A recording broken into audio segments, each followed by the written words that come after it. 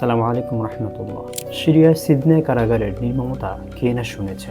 মধ্যযুগের বর্বরতা থেকেও তারা অনেক বেশি নির্যাতন করতে মানুষের উপরে। এ জায়গার বন্ধুদেরকে নির্মম নির্যাতন করা হতো এবং তাদেরকে মৃত্যুর দিকে ঠেলে দেওয়া হতো। সেটা না শুনলেই আমরা জানতে পারবো না। সিদনেয়া শব্দের অর্থ মূলত মৃত্যু, আর এই কারাগারটাকে মৃত্যুর কূপ হিসেবেই আখ্যায়িত করা হয়। সিদনেয়া কারাগারে মানুষকে বিভিন্ন কায়দায়, বিভিন্ন স্টাইলে, বিভিন্ন পদ্ধতিতে নির্যাতন করা হতো এবং তাদেরকে একেবারে জানে মেরে না ফেলে তাদেরকে এভাবে ধুকে ধুকে মৃত্যুর দিকে ঠেলে দেওয়া হতো। এমনকি কাউকে কাউকে তো মরতেও দেওয়া হতো না। সারাটা জীবন যতদিন বেঁচে থাকবে সে ততদিন ধুকতে ধুকতে একদিন মৃত্যুর কাছে সে চলে যাবে। আসুন আমরা একটু দেখি এই মৃত্যুর কারাগার নামে খ্যাত সিদনেয়া কারাগারে বন্দীদের সাথে কীরকম আচরণ করা হতো।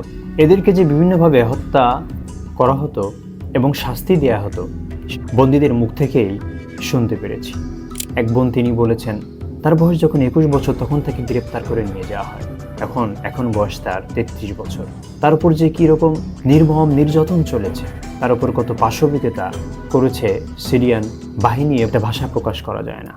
সে বলছে, আমরা অনেকগুলো সন্তান রয়েছে, কিন্তু কে কার সন্তান এটা আমি জানি। একজন ভাই তিনি বলছিলেন যে আমাদেরকে খেতে দেয়া হতো না। আমাদের যখন ক্ষুধা লাগতো তখন আমরা আল্লাহ তাআলাকে স্মরণ করতাম, আর তখনই আমরা পরিতৃপ্ত হতাম। আমাদের পেটের ক্ষুধা ছিল আল্লাহ তাআলার কাছে দোয়া। সিরিয়ার বন্দীদেরকে বিভিন্ন কেচি দিয়ে, ছুরি দিয়ে তাদের বিভিন্ন অঙ্গগুলোকে কেটে ফেলা হতো। তাদের প্রত্যেকটা হাতের আঙ্গুল থেকে শুরু করে চোখ উপড়ে ফেলা হতো, তাদের কানগুলো কেটে দেওয়া হতো, এমনকি তাদের গোপন অঙ্গগুলোকে কর্তন করা হতো। আর এভাবে রক্তক্ষরণে তারা মৃত্যুর দিকে ঢলে পড়তেন। তাদের শরীরগুলোতে বিভিন্নভাবে ছোট্ট ছোট্ট সুই ফোটানো হতো এবং সেই সুইতে বিভিন্ন বিষ মিশ্রিত থাকতো। এভাবে তারা কাতরাতে মৃত্যুর দিকে ঢলে পড়তো। আরেকটি পদ্ধতির নাম হলো দি ডাবল মেথড।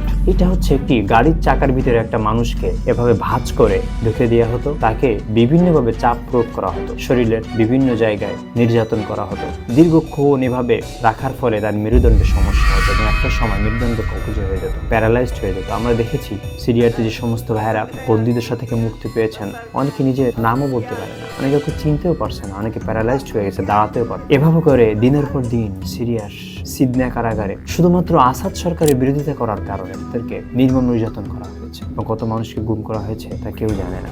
শুধুমাত্র মানুষের নিজের ক্ষমতায় কুক্ষিগত করে রাখার জন্য, নিজের মতবাদকে অন্যের উপরে চাপিয়ে দেওয়ার জন্য মানুষকে এতটা নির্মম হতে পারে।